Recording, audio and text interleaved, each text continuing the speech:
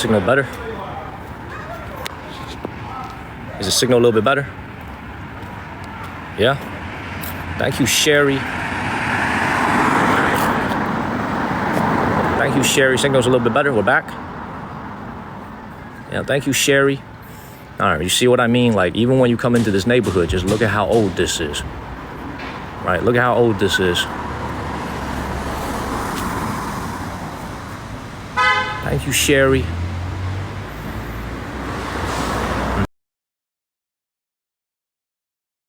Let's keep moving, everybody. Yeah, for those of you that are going to sleep, I'll see you guys in the morning. Thank you, Sherry. Yeah, people live here. These are fully functioning buildings. People absolutely live here. Absolutely.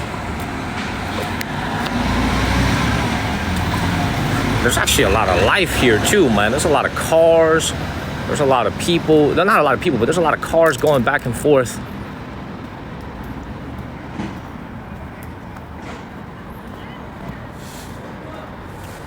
Look at this. Thank you, Fan. Thank you very much. It's not dinner. I haven't had breakfast. I'm gonna go get some lunch after this. Just look at this. Here's the other. I don't know if you guys heard it through the lag. Thank you, White Boy Ritz and Irene Ham. I was just asking myself, like, this particular factory, this particular iron factory here, why don't they just tear it down and build some new apartment buildings? Why is this still here is my question. You know what I'm saying? Like, why is this still here? You know, because it looks totally abandoned. The warehouse is not being used. I don't understand why this is still here. You know, like, why don't they just make a new apartment building here, a mall? You know? Very interesting question. Let me see if I'm on the right way. Yeah, gotta keep going a little bit more.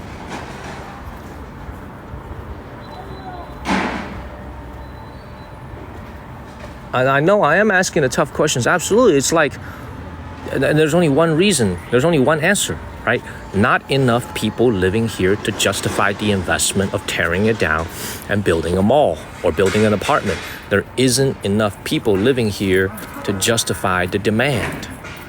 You know what I'm saying? There's no, for me, to cost millions of dollars to tear this down, another tens of millions of dollars to build it, but there isn't enough people here to justify the cost of making that investment. Thank you, Vanessa.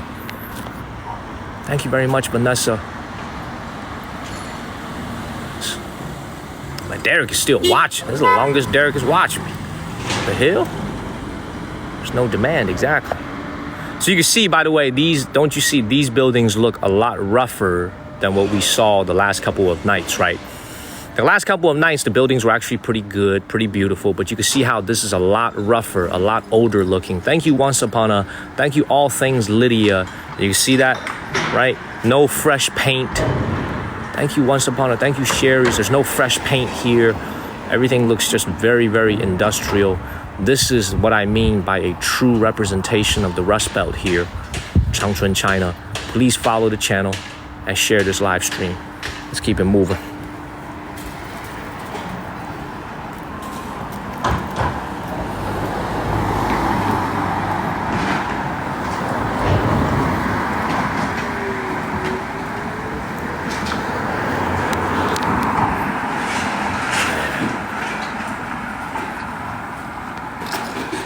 Plenty of parking, I'll tell you that.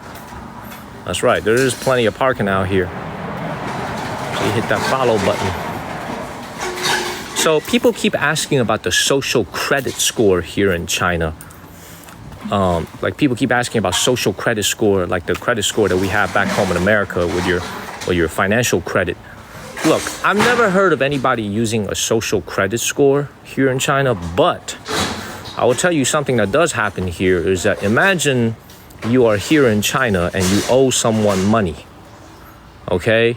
It's very different from the United States in the sense that you can't just declare bankruptcy and start fresh. So back home in America, you are able to say, okay, I'm gonna declare bankruptcy and I'm gonna start fresh and I'm gonna wipe away all my debts. You can't do that here in China. You have to be accountable for your debts.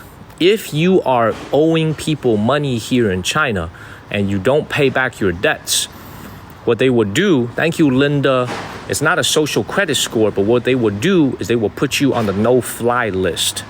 So you cannot stay in a luxury hotel. You can't get on a plane. You can't take the high-speed rail. You can't check into an entertainment KTV. You can't go stay at a nice hotel. You can't even take the train, the high-speed trains in China, until you pay back the debt. So it's not a social credit score as more of as a way to make sure that people are functioning in society, as a way to make sure that people are accountable. So I've never heard of anybody go around and say, what's your credit score? What's your social credit score? Nobody really does that here, at least not that I'm aware of. But they do have what's called a blacklist, meaning if you owe money, you committed a bunch of crimes, you know what I'm saying, that you haven't paid back the money, you can be put on that list. And that pretty much means that you have to stay in the city that you're in unless you're driving everywhere. So very, very different. But I've never heard of anybody here use the social credit score. I've never heard of it. I've never seen it. You know, I don't have one myself. My parents don't have one. Even though my parents live in North Carolina, my mother is still a Chinese citizen, so I've never seen that before. So a lot of people keep asking about this because I think it's something that the media in the West has hyped it up a little bit, but I've never really seen that here in China being used anywhere. Does that make sense? So let me navigate to my next place.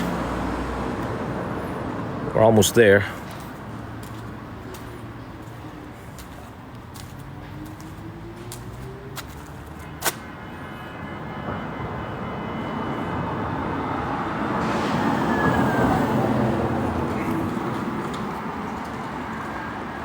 Oh, thank you, All Things.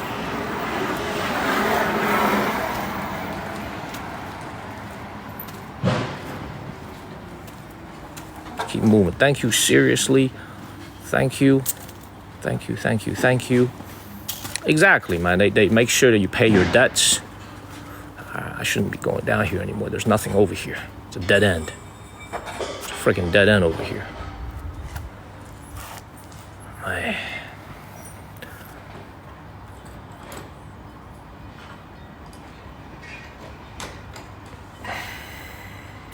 Hold on 1 second.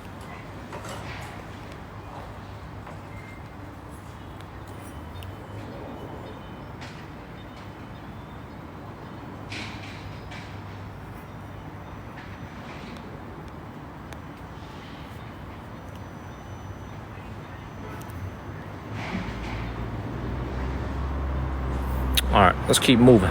Hello, Nana. What up, Pam? I'll keep it moving. Check this out. I finally realized what this place is now. The reason I kind of realized why they haven't torn it down, number one, the lack of investment to justify this. The second reason is what they've done is they've turned all these older factories into storage places. Thank you, Irene. You can see that it's turned into kufang, which means like these are all storage units now. A lot of storages that are being used. So they're actually putting these old factories, old storage facilities to use. They're basically places for people to put things. So this is why they haven't been torn down yet.